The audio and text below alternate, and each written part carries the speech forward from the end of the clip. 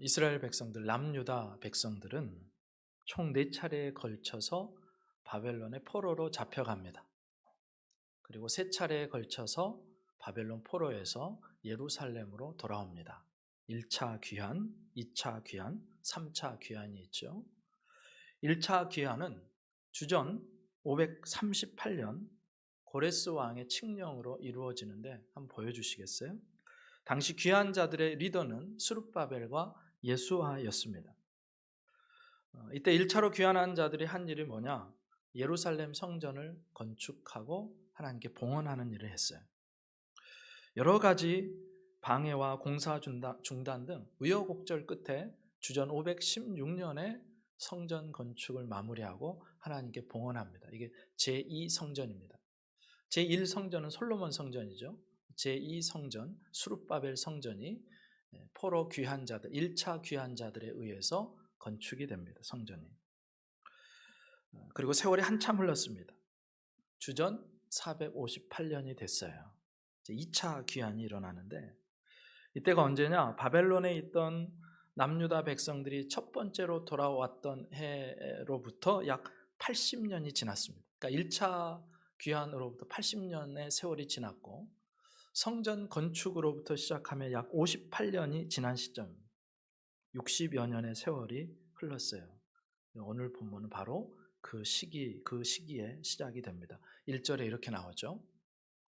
1절 말씀. 이 일 후에 바사왕 아닥사스다가 왕위에 있을 때에 에스라라 하는 자가 있으니라. 그는 스라야의 아들이요 아사랴의 손자요 hil기야의 증손이요. 이렇게 나옵니다. 여기서 이 일 후에라는 구절이 나오는데 여기서 이 일은 바로 주전 516년 1차 귀환자들이 성전을 건축하고 봉헌했던 일을 가리킵니다. 이들은 성전을 봉헌하자마자 또 유월절 절기까지 또 기쁨으로 지켜요. 바로 이 일이 있고 난 후라는 뜻입니다. 근데 이 일이 풍기는 뉘앙스는 바로 엊그제 혹은 몇 년 전 혹은 뭐 십수년 전 그 정도 있었던 일 같은데 그런데 사실 6장 마지막 절과 7장 1절의 간극은 무려 58년입니다. 그 일이 있고 나서 58년이 지난 시점이라는 거예요. 성경이 이런 책입니다. 한 절 사이에 수개월이 지나기도 하고 또 수년이 지나기도 하고 수십 년, 수백 년이 지나가기도 해요. 여러분, 우리를 스치고 지나가는 그 시간과 일어나는 사건들은 어떤 의미에서 모두 중요합니다. 부인할 수 없어요. 그런데 또 기억할 것이 한 가지 더 있는데 그 숱한 사건과 시간 중에서 하나님께서 특별하게 눈여겨보시는 시간과 사건이 또 있더라는 거예요. 바로 그 사건 때문에 역사의 물줄기가 바뀝니다. 그 사건 때문에 공동체의 미래가 달라지고요. 바로 그 사건 때문에 개인이나 소그룹만이 아니라 나라와 민족의 운명까지 달라지는 것을 보게 됩니다. 성경의 인물들을 묘사할 때도 마찬가지예요. 역사의 어느 한 시점에 일어났던 사건을 아주 치밀하고 밀도 있게 기록합니다. 뭐 하루에 있었던 일 혹은 한 시간에 있었던 일을 가지고 아주 자세하게 보여줘요. 많은 지면을 할애합니다. 왜냐하면 그만큼 중요하기 때문에. 그런데 어떤 때는 10년, 20년, 30년, 50년, 100년, 1000년을 그 한 절을 기준으로 순식간에 지나가 버리기도 하는 게 성경이에요. 그러니까 오늘 본문에 적용해 보면 지난 60여 년의 세월 동안 흘러온 물줄기를 순식간에 바꿀 만한 사건이 지금 일어나고 있다. 그러니 여러분 주목하세요. 그게 이 일 후에라는 말 속에 담겨 있는 뜻입니다. 그렇다면 1차 귀환자들이 성전을 건축하고 기쁨으로 유월절을 지킨 후에 지난 60여 년 동안 이스라엘 백성들에게 무슨 일이 있었을까? 그걸 추론해 볼 수 있는 본문이 에스라 9장에 나오는데 거기 보면 에스라가요 포로로부터 돌아와서 예루살렘 상황을 보고 탄식하며 회개하는 장면이 나옵니다. 9장 5절 6절에 이렇게 나와요. 저녁 제사를 드릴 때 내가 근심 중에 일어나서 속옷과 겉옷을 찢은 채 무릎을 꿇고 나의 하나님 여호와를 향하여 손을 들고 말하기를 나의 하나님이여 내가 부끄럽고 낯이 뜨거워서 감히 나의 하나님을 향하여 얼굴을 들지 못하오니 이는 우리 죄악이 많아 정수리에 넘치고 우리 허물이 커서 하늘에 미침이니이다. 이렇게 고백합니다. 예루살렘 성전이 건축되고 60여 년의 세월이 지났습니다. 에스라가 사람들을 데리고 2차로 귀환했어요. 그런데 에스라가 돌아와서 보니까 하나님 앞에 통곡할 수밖에 없었습니다. 하나님 앞에 이스라엘 백성들의 삶이 죄악으로 가득했다는 것입니다. 특별히 에스라가 기가 막혀야 한 이유가 있는데 그게 뭐냐? 이방인들과 혼인을 아무렇지도 않게 한 거예요. 하나님 없는 사람들과 혼인을 아무렇지도 않게 한 거예요. 하나님을 섬기는 이스라엘 백성들이 온갖 우상을 섬기는 나라, 그 가나안 사람들, 암몬 사람들, 모압 사람들, 애굽 사람들과 함께 통혼하는 것을 아무런 거리낌 없이 받아들였다는 것입니다. 그럼 사실 결혼이라는 게 엄청나게 큰 문제인 게 왜 그러냐면 그들의 신앙과 그들의 삶의 문화와 모습, 가치들 다 가지고 오기 때문에 그게 무서운 거예요. 게다가 그 일에 지도자적 위치에 있던 사람들, 방백들과 고관들이 으뜸이었다고 그래요. 그러니까 영적인 리더십을 가진 사람들이 죄 짓는데 발벗고 나섰더라, 그런 뜻입니다. 성전 건축했어요. 기쁨으로 유월절 제사 절기도 지켰습니다. 그 다음에 제사도 회복했어요. 그런데 1년이 지나고 5년이 지나고 10년이 지나가면서 세월이 흐르면서 이스라엘 백성들이 귀환한 1차 포로민들이 어느 순간부터 죄를 짓는데 그렇게 빠르게 나아갔다는 것입니다. 백성들은요, 세월이 흐르면서 과거 조상들의 악행을 그대로 따라가요. 이방 사람들과 통혼하고요. 그러면서 이방인들과 통혼하기 시작하면 그 며느리들이 뭘 가지고 들어와요? 이방의 우상 단지들을 다 가지고 들어옵니다. 그 며느리가 자녀들을 가르칠 때 어떻게 가르쳐요? 유일신 하나님을 가르치지 않아요. 이방의 우상을 섬기는 법을 가르치고, 그래서 우상이 은근슬쩍 이스라엘에 들어오기 시작하고 하나님도 섬기지만 우상도 따라가는 그런 모습. 사실 포로로 끌려간 이유가 조상들이 그렇게 행했기 때문인데 그 죄악을 다시 반복하고 있더라는 것입니다. 그 악행을 또 반복하는 거예요. 성전을 건축하고 처음에는 어려웠는데 그럭저럭 살만해지니까 하나님의 말씀을 다 잊어버렸어요. 성전과 삶의 시스템을 유지할 가장 근본적인 정신, 하나님의 말씀이 그들에게 없었다는 그런 뜻입니다. 그러니까 말씀이 없으니까 방자하게 행합니다. 말씀이 없으니까 하나님을 떠나서 죄 짓는 것을 아무렇지도 않게 생각하는 거예요. 열심히 하드웨어는 갖춰놨는데, 건물도 짓고 도로도 깔고 집도 짓고 하드웨어는 잘 갖춰놨는데 그걸 돌릴 소프트웨어, 정신이 이 사람들에게는 없었다는 것입니다. 성전은 지었지만 성전의 백성으로 어떻게 살아가야 되는지에 대한 기준이 백성들의 마음에 없었다. 이게 지난 60년 동안 귀환한 이스라엘 백성들이 보여준 삶의 행태였습니다. 그래서 지도자들부터 시작해서 과거 조상들의 죄악을 아무렇지도 않게 범하고 있는 그런 상황. 성전만 지으면 뭔가 달라질 줄 알고 부흥이 올 줄 알고 이스라엘이 새롭게 일어설 줄 알았는데 지난 60여 년 동안 죄악이 더 차곡차곡 쌓이고 있었더라. 바로 이런 일이 있은 후에, 그런 뜻입니다. 그런 이스라엘을 다시 회복시키시고 하나님의 말씀으로 그들이 지금까지 왔던 그 삶의 물줄기를 완전히 틀어서 영적으로 바꾸기 위해서 하나님이 한 사람을 준비하고 계셨는데 그가 바로 누구냐? 바사왕 아닥사스다가 왕위에 있을 때 에스라라고 하는 자가 있었답니다. 에스라를 하나님이 준비하고 계셨어요. 이 구절에서 우리가 주목할 점이 있죠. 바사왕 아닥사스다와 무명의 에스라가 대조되고 있습니다. 당시 세상은요, 아닥사스다의 시대예요. 세상은 아닥사스다의 한마디에 따라 움직이는 것 같았어요. 그래서 세상은 다 그 왕, 제국의 왕 아닥사스다를 주목합니다. 그런데 하나님의 눈은 무명했던 에스라를 향하고 있습니다. 시대의 물줄기를 바꾸고 이스라엘 백성들의 영적인 개혁을 위해서 하나님께서 한 사람을 주목하고 준비하고 계셨다는 거예요. 여러분, 애굽왕 파라오가 세상을 쥐락펴락하던 시대에 하나님은 광야에서 모세를 준비시키셨습니다. 사울의 시대에 무명의 다윗을 양을 치는 들판에서 하나님 주목하시고 그를 준비시키시고 계셨습니다.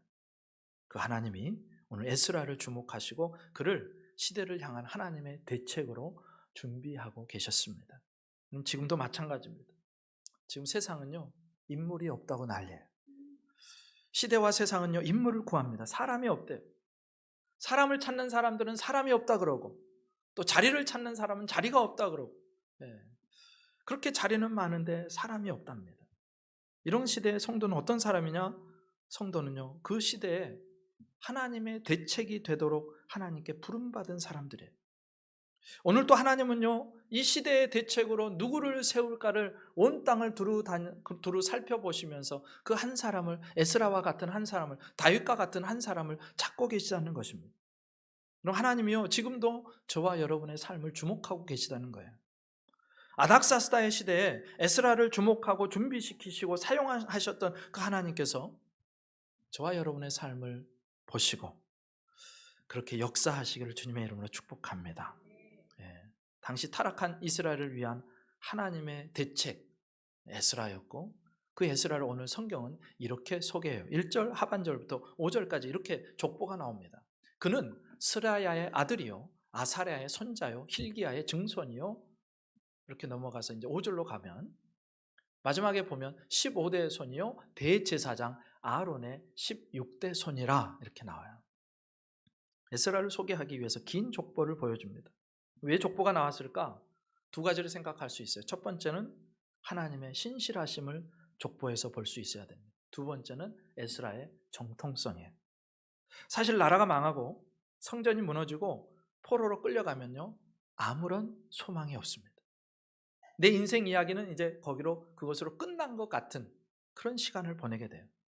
여러분, 한 나라와 한 개인이 경험할 수 있는 가장 밑바닥의 경험, 가장 고통스러운 경험, 극한의 경험, 그게 뭐냐? 나라가 망하는 경험이고 포로로 끌려가는 경험, 노예되는 경험입니다.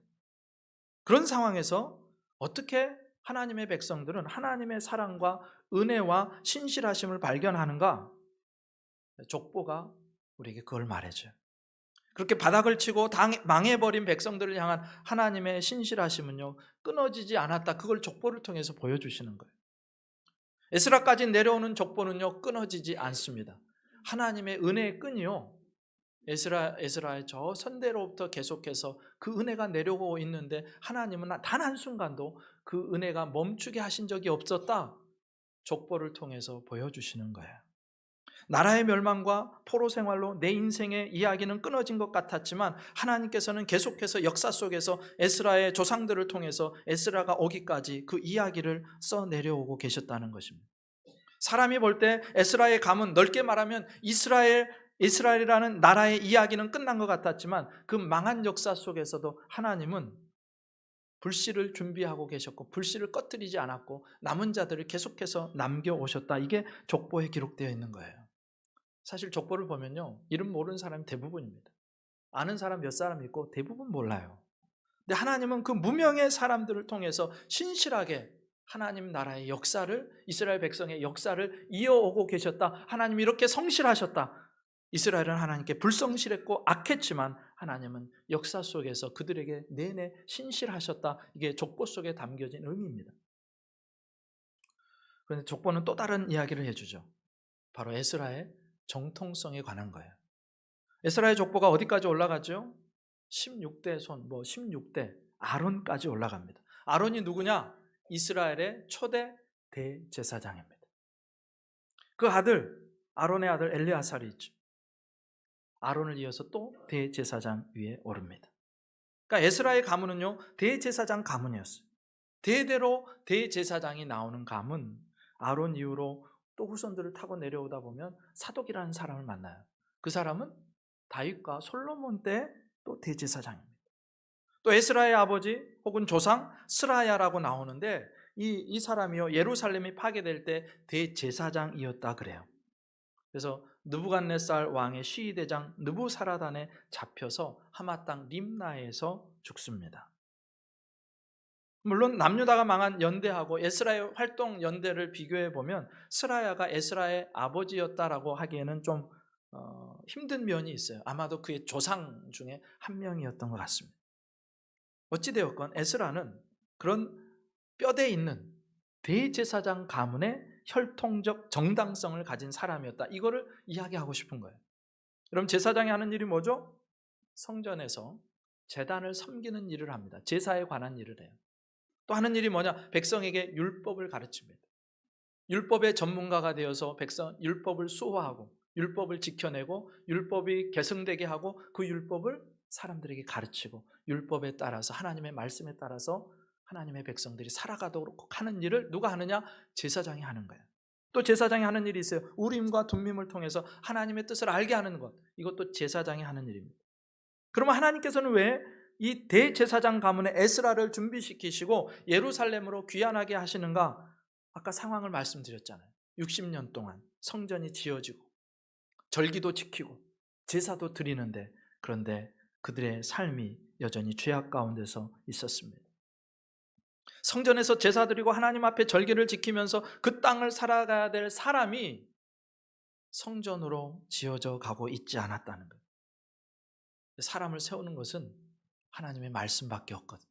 그래서 말씀을, 율법을 소유하고 있고 율법을 계승하고 있고 율법을 유지하고 있고 율법에 대한 전문가를 하나님이 준비시키셔서 그렇게 죄악 중에 있는 백성들을 다시 영적으로 부흥시키기 위해서 에스라를 하나님이 준비하셨다는 거예요. 율법의 통달에서 가르침으로써 하나님의 뜻을 보여주고 백성들의 영적인 부흥을 가져다 줄 사람으로 이 에스라만큼, 아론 대제사장의 후예인 에스라만큼 적절한 사람, 적절한 인물이 없었다라는 것이 오늘 족보가 보여주는 이야기입니다. 그런데 백성들을 가르치려면 혈통적인 정당성만을 가지고 있어서는 안 됩니다. 다른 말로 실력이 있어야 되는 거예요. 아무리 대제사장 가문에 태어나도요, 그가 하나님의 말씀에 문외한이면 하나님이 그를 사용하실 수가 없어요. 어떤 목사님이 그런 말씀을 하세요. 하나님은 우리에게 총은 주시지만 총알은 주시지 않는다. 우리에게 어떤 달란트, 재능과 은사들을 주세요. 예를 들어서 말을 잘할 수 있는 은사도 주시고요, 유머를 할 수 있는 재치도 주시고 재능을 주세요. 이를테면 하드웨어 같은 거를 주세요. 타고난 성품과 재능들. 그런데 그 성품과 재능들을 잘 사용할 수 있는 총알, 내용, 컨텐츠는 하나님 주시는 게 아니래요. 사람이 땀 흘리고 애를 써서 만들어내게 하신다는 겁니다. 하나님이 저에게 총을 주셨어요. 달란트를 주셨어요. 그런데 하나님이 설교문을 저에게 직접 써주시지는 않아요. 여러분에게 직접 달란트를 주셨습니다. 그런데 여러분이 세상을 살아갈 실력은 하나님 주시는 게 아니고 여러분이 땀을 흘리고 애를 쓰고 노력해서 만들어내야 되는 것입니다. 그게 총은 주시지만 총알은 주시지 않는다는 그런 의미예요. 에스라가요, 대제사장 가문에 태어났습니다. 얼마나 좋은 조건이에요. 근데 하나님이 사용하시려면 말씀에 대한 전문가가 돼야 돼요. 컨텐츠를 가지고 있어야 돼요. 율법에 정통해야 됩니다. 그래서 땀과 눈물을 흘리며 열심히 훈련하고 노력하는 일은 에스라가 해야 되는 일인데 에스라가 본인의 몫을 했다라는 그런 뜻입니다. 대제사장으로서 율법을 수호하고 백성에게 가르치기 위해서 율법을 공부하고 연구하고 묵상하고 순종하는 일은 에스라 본인의 몫이었는데 에스라는 바로 그 일을 했던 사람이라는 겁니다. 그래서 6절에 에스라에게 율법에 대한 전문성이 있음을 이렇게 소개시켜줘요. 6절입니다. 같이 읽어볼까요? 시작. 이 에스라가 바벨론에서 올라왔으니 그는 이스라엘의 하나님 여호와께서 주신 모세 율법에 익숙한 학자로서 그의 하나님 여호와의 도우심을 입음으로 왕에게 구하는 것은 다 받는 자이더니 아멘. 에스라는요, 족보를 통해서 보여주는 것처럼 대제사장 가문, 혈통적인 정당성을 가진 사람이었는데, 그런데 에스라는 혈통적인 정당성만을 가진 사람이 아니라 그에 따른 실력도 이미 갖추고 있는 사람이었다. 그래 이렇게 소개하는 거예요. 그런 율법에 대한 전문성이 있는 사람이었습니다. 본문에서는 그걸 뭐라고 하느냐? 모세의 율법에 익숙한 자, 그렇게 표현해요. 모세 율법에 익숙한 학자. 그는 대제사장 가문의 일원으로서 당대 어느 누구도 따라오지 못할 독보적인 율법에 대한 실력을 갖추고 있는 사람이었습니다. 어떻게 에스라가 그런 자리에 오를 수 있었을까? 그는 율법에 익숙한 사람이었어요. 여러분, 한번 읽어보고 잊어버리는 사람을 가리켜서 익숙하다 그러지 않아요. 여러분, 성경에 익숙하십니까? 익숙하다는 말은 뭐냐? 여러 번 곱씹고 또 씹어보고 또 헤아려 보고 질문하고 알고 배우는 것에 만족하지 않고 그게 완전히 내가 되도록 만든 사람, 그게 익숙해지는 거예요. 익숙해질 때까지 끈질기게 물고 늘어지는 사람, 에스라였습니다. 하나님의 율법, 하나님의 말씀과 씨름하던 사람. 아무도 주목하지 않지만, 아무도 그를 바라봐 주지 않지만 하나님의 말씀을 읽고 연구하고 묵상하는 일에 게으르지 않았던 사람. 여러분, 바벨론으로 끌려간 백성 중에서 에스라만큼 하나님의 말씀, 그 율법을 가까이 하고 묵상하고 순종하는 일을 한 사람이 없었대요. 하나님 보실 때. 어쩌면 바벨론이라는 세상의 한복판에서 사람들은요, 그곳의 문화와 그곳의 삶에 적응하기 위해서 어떻게든 살아내기 위해서 다른 일에 바빴습니다. 그러면서 마음 한편으로 하나님의 말씀에 대해서 이렇게 생각할 수도 있었을 것 같아요. 아니, 하나님 말씀 가까이 한다고 우리가 뭐가 달라져? 율법을 공부한다고 우리가 뭐가 달라져? 바벨론에서 적응하려면, 바벨론에서 잘 살려면 바벨론의 방식이 필요한 거지 무슨 하나님의 말씀이야. 그러면서 말씀을 멀리 했을 수도 있을 것 같아요. 당시 대부분의 포로의 후손들은 바벨론에 익숙해지느라 하나님의 말씀에는 낯설어졌어요. 그도 그럴 것이 포로로 끌려온 지 벌써 130년이 지났거든요. 주전 587년에 끌려왔던 포로 1세대는 이미 다 죽었어요. 그리고 이제 2세대, 3세대, 4세대가 바벨론 땅에서 살고 있습니다. 1세대들에게는 예루살렘이 본향이었지만 2세대, 3세대, 4세대들, 그곳에서 태어난 사람들에게 고향은요, 바벨론이에요. 그래서 어느 순간 나도 모르게 바벨론에 너무너무 익숙한 사람들이 된 거예요. 그런데 하나님의 말씀엔 너무 낯선 사람들이 되었습니다. 바벨론의 법에는 익숙하지만 하나님의 율법에는 낯선 시대에 살고 있는 사람들이 되어버렸는지도 몰라요. 그런데 그런 상황 속에서 에스라는 하나님의 말씀에 익숙해지기 위해서 몸부림을 친 사람이었다는 겁니다. 하나님의 말씀, 모세의 율법에 익숙한 자, 능통한 자가 되었다는 것입니다. 그래서 아무도 주목하지 않는 곳에서 그 낡은 두루마리를 펼쳐놓고 한자 한자 말씀을 읽어가면서 말씀의 본문 작고와 씨름하면서 암송하고 질문하고 연구하고 묵상하여 에스라의 모습을 한번 생각해 보세요. 이런 에스라를 떠올리면서 떠오른 한 사람이 있었어요. 바로 다윗입니다. 아무도 주목하지 않은 들판에서 다윗이요, 열심히 물매질을 합니다. 물맷돌 던지는 훈련을 해요. 아버지께서 내게 맡겨주신 양떼를 지켜내기 위해서, 사자와 곰으로부터 지켜내기 위해서 열심히 시간만 나면 물맷돌을 던집니다. 결국 보이지 않는 곳에서 내공을 기르기 위해서 노력하고 버텨내고 승리한 그 시간이 쌓였을 때 하나님은 그를 하나님의 때 역사의 현장 한복판에 드러내시더라고요. 여러분, 우리 시대에 성도로서 이 시대를 향한 하나님의 대책이 되기 위해 필요한 것이 있습니다. 실력 있어야죠. 기본입니다.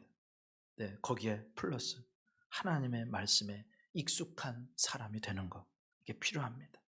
하나님의 말씀을 생명처럼 알고 말씀이 내 심령에 꽉 차도록 매일 말씀 읽고 암송하고 묵상하고 말씀을 가까이 하는 사람, 성경을 너무 많이 봐가지고 성경책이 너덜너덜해질 정도로 말씀을 사랑하고 가까이 하는 사람, 그래서 말씀이 익숙한 사람, 하나님이 오늘 또 그 사람을 찾고 계시다는 거예요. 아무도 알아주지 않고 누구도 주목하지 않지만 그 자리에서 끊임없이 말씀에 집착하고 말씀을 사랑하는 사람, 말씀과 씨름하고 묵상하고 순종하는 사람, 그 사람은 오늘 또 하나님이 찾고 계시다는 겁니다.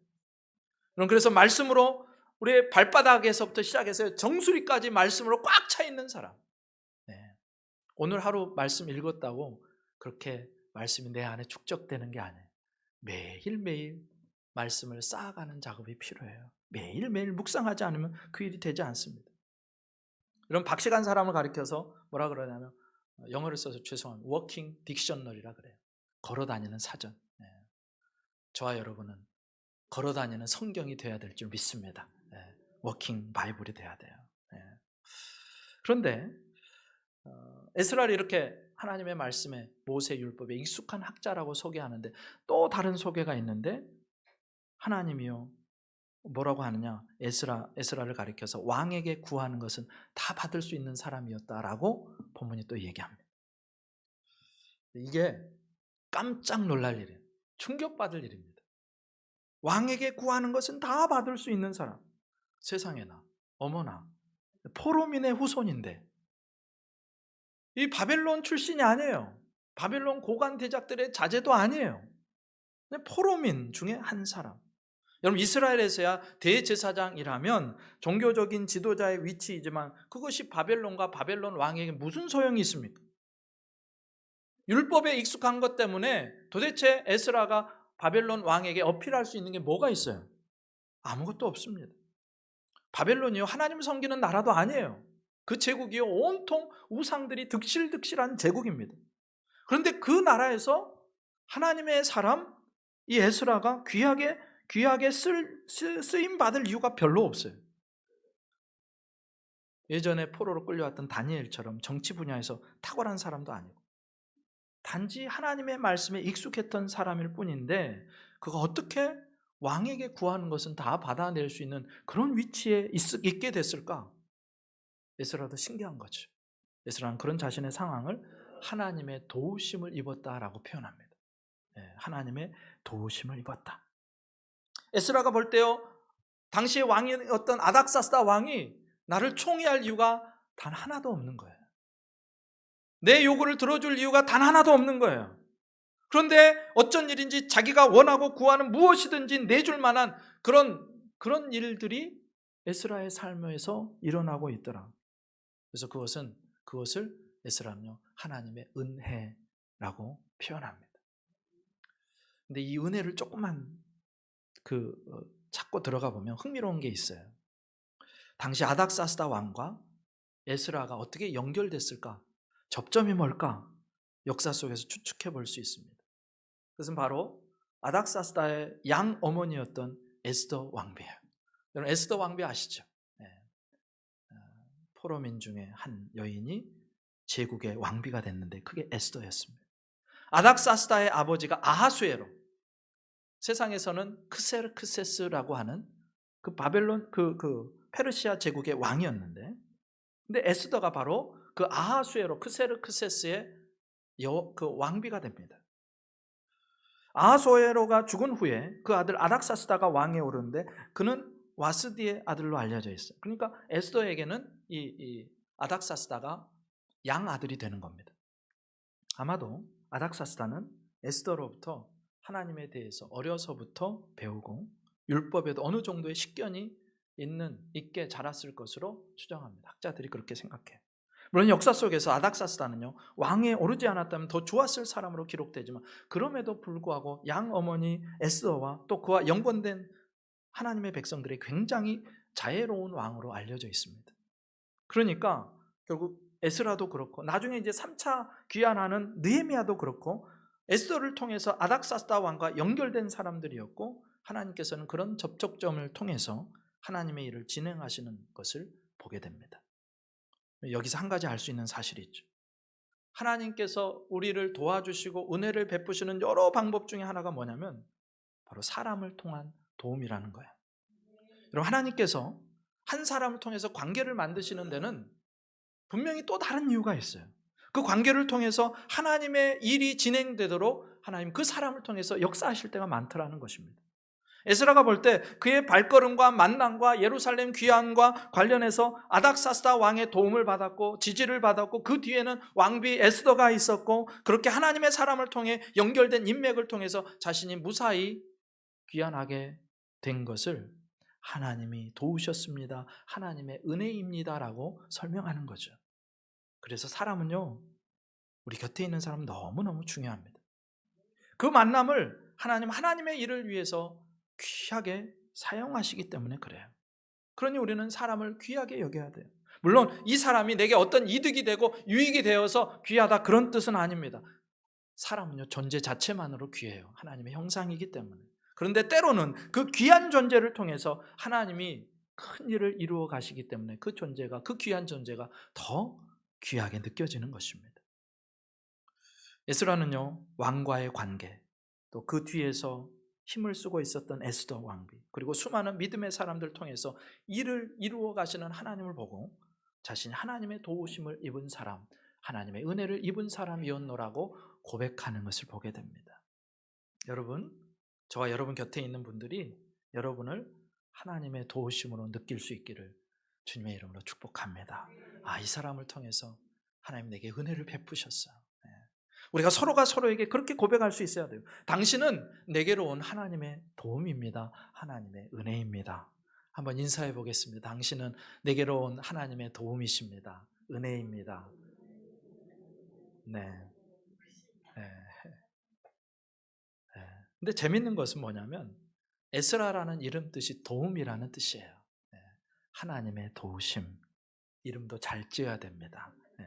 에스라는 그렇게 하나님의 도우심을 입는 사람이었어요. 그 하나님의 도우심을 입은 에스라가 어떻게 해서 예루살렘에 오게 되었는지 7절부터 9절에 이렇게 기록합니다. 아닥사스다 왕 제7년에 이스라엘 자손과 제사장들과 레위 사람들과 노래하는 자들과 문지기들과 느디님 사람들 중에 몇 사람이 예루살렘으로 올라올 때 이 에스라가 올라왔으니 왕의 제7년 다섯째 달이라. 첫째 달 초하루에 바벨론에서 길을 떠났고 하나님의 선한 손에 도우심을 입어 다섯째 달 초하루에 예루살렘에 이르니라. 아닥사스다 왕의 허락을 받은 에스라가 아닥사스다 제7년 1월 초하루 정월 1일에 예루살렘을 향해서 떠났답니다. 그리고 떠난 지 만 4개월이 흐른 아닥사스다 제7년 5월 초하루 5월 1일에 예루살렘에 도착합니다. 이 과정에서 에스라는요, 자신을 포함한 귀한 자들이 하나님의 선한 손에 도우심을 입었다라고 고백해요. 에스라는요, 계속해서 뭐라고 고백하냐? 6절에서도 하나님의 도우심을 입었습니다. 9절에서도 하나님의 도우심을 입었습니다. 그러니까 에스라는요, 하나님의 도우심으로 자기 인생을 규정하는 사람이었어요. 자기 인생을 쭉 뒤를 돌아봤더니 하나님, 내 인생이 걸어온 자국자국마다 발자국마다 하나님의 은혜였고 하나님의 선한 손의 도우심이었습니다라고 고백하는 사람이 에스라였다는 것입니다. 얼마나 복된 고백인지.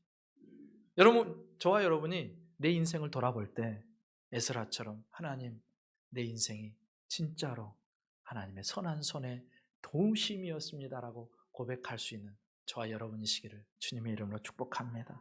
예. 근데 에스라의 여정을 생각해 보면요, 그렇게 말할 수밖에 없는 이유가 있어요.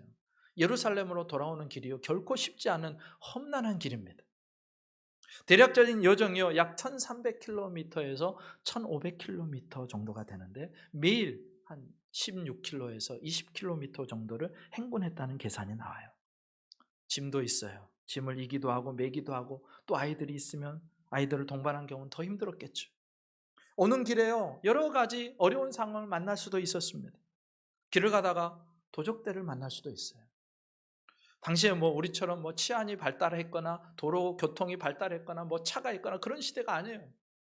그래서 도적들을 만날 수도 있고, 길의 위험을 만날 수도 있고, 오는 길에 또 풍토병에 걸릴 수도 있고, 걷다가 다리를 다치고 부상을 입을 수도 있고요. 또 산짐승들, 들짐승들의 위협을 받을 수도 있습니다. 근데 그 무사히 4개월의 여행을 마치고 예루살렘에 도착했다는 거예요. 이건 하나님의 손이 아니고서는, 하나님의 은혜가 아니고서는 설명할 길이 없습니다. 예수가 그렇게 고백하는 거예요.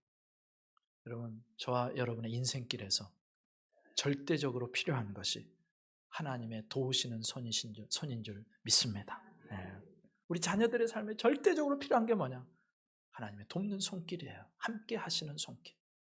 여러분, 우리가 자녀들을 위해 기도할 때, 누군가를 위해 기도할 때, 하나님, 저 인생길에 에스라처럼 하나님의 선한 손에 도우심을 입는, 하나님의 은혜를 입는 백성 되게 해달라는 그런 기도가 있어야 될 줄 믿습니다. 전도서 2장 24절에 보니까 이렇게 나와요. 사람이 먹고 마시며 수고하는 것보다 그의 마음을 더 기쁘게 하는 것은 없나니 내가 이것도 번즉 하나님의 손에서 나오는 것이로다. 여러분, 우리가 매일매일 받아서 누리는 것들, 먹고 마시는 거, 우리를 기쁘게 하는 거, 그게 모두가 다 누구에게로부터 나오는 것이냐? 하나님의 손으로부터 나오는 것이래. 우리의 가장 기초적인 삶의 필요들부터 시작해가지고 우리의 삶의 전 분야에 하나님의 손에 공급하심이 없던 우리는 살 수 없다, 그런 얘기를 합니다. 그뿐만이 아니라 하나님의 손에 대해서 이사야가 이렇게 고백해요. 이사야 59장 1절에 여호와의 손이 짧아 구원하지 못하심도 아니요 귀가 드나여 듣지 못하심도 아니라. 여러분, 우리 하나님의 손은 결코 짧지 않습니다. 하나님의 손은요, 우리를 구원하시기에 충분히 긴 손이라는 거예요. 하나님의 손은요, 우리를 구원하시기에 충분히 강한 손이라는 것입니다. 여러분, 에스라와 2차 포로 귀환 일행들이 무사히 4개월 만에 예루살렘에 도착할 수 있었던 이유가 뭐냐? 그 하나님의 능력의 손이, 하나님의 오른손이 저들과 함께 하셨기 때문이라고 말하고 싶은 것입니다. 여러분, 우리 모든 성도들의 삶과 그 삶의 경영에 에스라와 함께 하셨던 하나님의 손이, 그 은혜가 함께 하시기를 주님의 이름으로 축복합니다. 네. 그래서 에스라를 도와주시고요, 그의 일행을 안전하게 여행하게 하셨던 그 하나님의 강력한 손이 저와 여러분의 삶을 붙드시기를 주님의 이름으로 축복합니다. 그렇게 이제 돌아오면서 에스라가요, 한 가지 중대한 결심을 해요.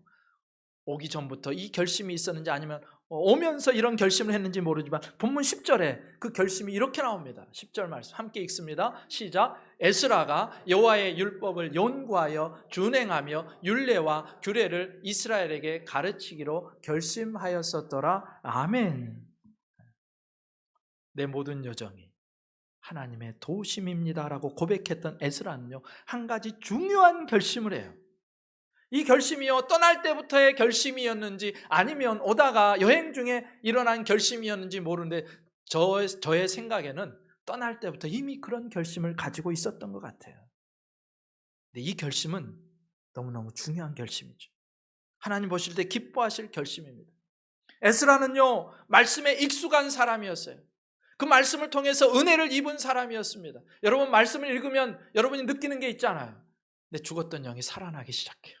말씀의 꼴을 먹으면서 내 영혼이 힘을 얻기 시작합니다. 세상에서 살아갈 힘이 생기기 시작해요. 엎드려져 있고 좌절해 있고 낭망해 있던 사람이 하나님의 말씀을 읽고 묵상하고 그것을 따라가다 보면 살아나기 시작해요. 에스라가 그걸 경험한 거예요. 에스라는 익숙한 하나님의 말씀에 익숙한 사람. 그런데 이 기쁨을, 이 은혜를, 이 능력을 자기 안에만 가둬두고 싶지 않은 거예요. 하나님, 이제 내가 경험한 이 하나님의 말씀을 다른 이들에게도 흘려보내서 가르쳐줘서 저들도 똑같은 은혜를 누리기를 바랍니다. 내가 그래서 하나님의 말씀을 연구하고 묵상하고 준행하고 그래서 가르치기를 원합니다라고 에스라가 결심을 하였다는 것입니다. 여러분, 하나님 앞에서 저와 여러분은 어떤 결심을 갖고 있는가 한번 생각해 보십시오. 여러분, 요사이 어떤 결심을 하셨습니까? 저 인간 내가 가만히 안 둬, 그런 결심하셨습니까? 아니에요. 내가 하나님을 위해서, 주의 나라를 위해서, 하나님 내 인생을, 내 시간을 이렇게 써보겠습니다. 네. 하나님, 나의 인생이 하나님의 선한 손의 도우심을 받으며 이때까지 왔으니, 이제까지 지금까지 내가 누린 것이 이렇게 많으니 하나님, 이제부터는 그것을 내가 누리는 자로만 있지 않고 그것을 나누는 자가 되겠습니다. 이 결심이 에스라에게 있었다는 거예요. 믿음의 사람은요, 하나님 앞에서 믿음의 결심을 하는 사람들입니다. 믿음의 명예의 전당이라고 알려져 있는 히브리서 11장, 유명한 장이죠. 거기는요, 하나님을 위해서 뭔가를 결심한 사람들의 이야기가 쫙 기록되어 있어요. 아벨은요, 하나님이 기뻐하시는 제사를 드리기로 결심합니다. 노아는요, 세상 사람들이 미쳤다고 조롱하는데도 말씀을 따라서 방주를 짓기로 결심합니다. 아브라함은요, 아직 한 번도 가보지 않은 곳인데 하나님께서 원하시니 하나님의 말씀만을 의지해서 길을 떠나기로 결심합니다. 모세의 부모는요, 왕의 명령, 파라오 왕의 명령, 애굽의 파라오의 명령을 거절하면 죽습니다. 그런데 그 명령에 아랑곳하지 않고 그 명령을 어겨가면서까지 자식을 살릴 결심을 해요. 모세는요, 하나님의 백성과 고난받는 길을 결심합니다. 라합은 정탐꾼을 영접할 결심을 하고요, 어떤 이는 주님과 그의 나라를 위해서 죽기를 결심합니다. 저는 오늘 여러분에게 도전하고 싶어요. 내 인생이 진짜 하나님의 은혜로 여기까지 왔다고 생각하신다면 작은 것이라도 좋으니 오늘 에스라의 결심을 할 수 있기를 주님의 이름으로 축복합니다. 예. 내가 주님과 주의 나라를 위해서 이걸 하겠습니다. 저도 결심했어요. 무슨 결심이냐? 제 인생의 모토가 에스라 7장 10절입니다. 말씀을 연구하고 준행하며 가르치기로 결심했는데 그 결심을 다시 다짐했습니다. 여러분, 오늘 누가 하나님 앞에서 아벨의 결심, 노아의 결심, 아브라함의 결심을 하시겠습니까? 누가 오늘 하나님 앞에서 믿음의 선진들이 보였던 그 믿음의 결심을 하시겠습니까? 오늘 예배를 통해서 한 가지 이상 결심이 서는 귀한 날 되시기를 주님의 이름으로 축복합니다. 근데 오늘 이 에스라의 결심을 보면요, 뭐라고 하냐? 연구하며 준행하며 가르치겠다, 그 결심이에요. 나누겠다, 그 생각은요, 하나님의 율법이 그만큼 소중하다고 생각했기 때문에 나온 생각입니다. 주님의 말씀만이 영혼들을 살릴 수 있다고 생각했기 때문에, 진실로 하나님의 말씀만이 하나님의 백성이 하나님의 백성으로 존재하고 승리하며 살 수 있는 유일한 길이기에 에스라가 이 결심을 한 거예요. 근데 에스라가요, 가르치기 전에 먼저 전 단계, 두 단계를 거치잖아요. 첫 번째 단계, 연구한다. 두 번째 단계, 준행한다. 말씀을 읽고 질문하고 연구하고 묵상해서 말씀의 전문가가 됩니다. 그런데 그런 결실로 깨닫게 되었을 때 바로 가르치겠다고 하잖아요. 연구하고 가르치겠다, 그게 아니에요. 연구한 다음에 뭐 하겠다? 준행하겠다. 말씀을 연구하고 깨달은 후에 내가 말씀대로 살아보겠습니다. 먼저 살고 그 다음에 가르치겠습니다. 이게 에스라의 결심입니다. 여러분, 우리가 잘 알죠? 근데 아는 것과 사는 것은 달라요. 무지무지 다릅니다.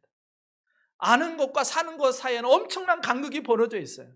내 머리로는 아는데요, 그게 가슴까지 내려오지를 않습니다. 그런데 그 아는 것과 사는 것의 간극을 좁히는 비결이 하나 있죠. 그게 뭐예요? 그 아는 것, 그 말씀 앞에서 내가 죽어버리면 됩니다. 말씀에 순종하면 힘들 것 같아서 순종 안 하잖아요. 말씀에 순종하면 손해볼 것 같아서 순종 안 하잖아요. 말씀에 순종하면 내게 뭔가 떨어지지 않을 것 같아서 순종하지 않잖아요. 그런데 그 자기 자신의 이익과 유익에 대해서 죽어버려야 돼요. 그래서 이 말씀을 순종해서 내가 유익이 되고, 유익이 되든 안 되든 상관없이, 내가 해를 받든 그렇지 않든 상관없이, 내가 고통스럽든 그렇지 않든 상관없이 하나님, 나는 말씀을 순종하겠으면 내가 죽어버려야 되는 거예요. 그러니까 에스라의 결심은요, 다른 말로 하면 말씀 앞에 내가 죽겠다는 그런 뜻입니다. 하나님 뜻 앞에서 나는 하나님의 종으로 죽겠습니다. 그래서 말씀이 삶으로 표현되고 살아나는 삶을 살겠습니다. 그 결심입니다. 여러분, 말씀이 사랑하라고 하면요, 실제로 내가 너무너무 미워하고 분노하는 사람이 있는데 그를 떠올려보고 말씀이 사랑하라고 했으니까 그를 용서하고 그를 위해서 기도하는 거, 이게 말씀을 사는 거죠. 아무리 사랑하라 알고 있으면 뭐예요? 내가 여전히 미워하고 있는데, 여전히 분노하고 있는데. 여러분, 말씀이 기도하라고 하니까 내가 좀 피곤하고 지친 몸이지만 이끌고 기도의 자리로 나가는 거예요. 이게 말씀을 사는 것입니다. 말씀이 정직하라고 할 때 내 이익이 걸린 문제 앞에서도 그 이익보다 말씀을 선택한, 이게 말씀을 사는 거죠. 말씀이 이웃을 사랑하고 돌보라고 할 때 내게 보여주신, 내 눈에 자꾸 밟히는 이웃들이 있어요. 우리에게 하나님이 그런 이웃들을 보여주세요. 자꾸 눈에 밟히고 생각나게 하고 떠오르게 하고 안타깝게 하는 그런 이웃들을 보여주시면서 사랑하라고 하는데, 그때 내가 가진 것이 많지는 않지만 그럼에도 불구하고 내 가진 것을 흘려보낼 줄 아는 것, 그게 말씀을 사는 거죠. 말씀이 거룩하라고 할 때 아무도 나를 아는 이가 없고 아무도 나를 보는 이가 없을 그때에도 여전히 나를 바라보고 계시는 하나님을 인정하면서 거룩을 선택하는, 게 말씀을 사는 것입니다. 그렇게 말씀이 떠오를 때 그 말씀 앞에 내가 죽어 그 말씀이 나의 삶 속에서 살아나는 그런 일을 내가 하고 싶습니다. 그런 다음에 내가 가르치겠습니다. 이게 에스라의 결심이었습니다. 시편 57편 7절에서 다윗이 이렇게 노래해요. 같이 읽습니다. 시작. 하나님이 내 마음이 확정되었고 내 마음이 확정되어 싸우니 내가 노래하고 내가 찬송하리이다. 내 영광아 깰지어다. 비파야 수금아 깰지어다. 내가 새벽을 깨우리로다. 아멘. 에스라가 결심한 것처럼요, 다윗도 결심했어요. 하나님, 내 마음을 확정했습니다. 내가 결심했습니다. 내가 어떤 상황에서든지 하나님을 찬양하기로 결심했습니다. 하나님, 내가 어렵고 힘든 상황에서도 하나님께 감사하기로 결정했습니다. 하나님, 내가 어떤 상황에서도 주님의 말씀을 가까이 하고 묵상하고 순종하기로 결정했습니다. 이런 결정이 있는 귀한 주일 되시기를 주님의 이름으로 축복합니다. 그래서 어떤 상황에서도 하나님을 생각하고 하나님의 뜻을 행하기로 여러분 결정하십시오. 그래서 저와 여러분의 삶이, 그래서 내가 죽고 내가 죽는 대신에 하나님의 말씀이 나를 통해 사는 놀라운 삶을 사는 모두가 되시기를 주님의 이름으로 축복합니다. 기도드리시겠습니다.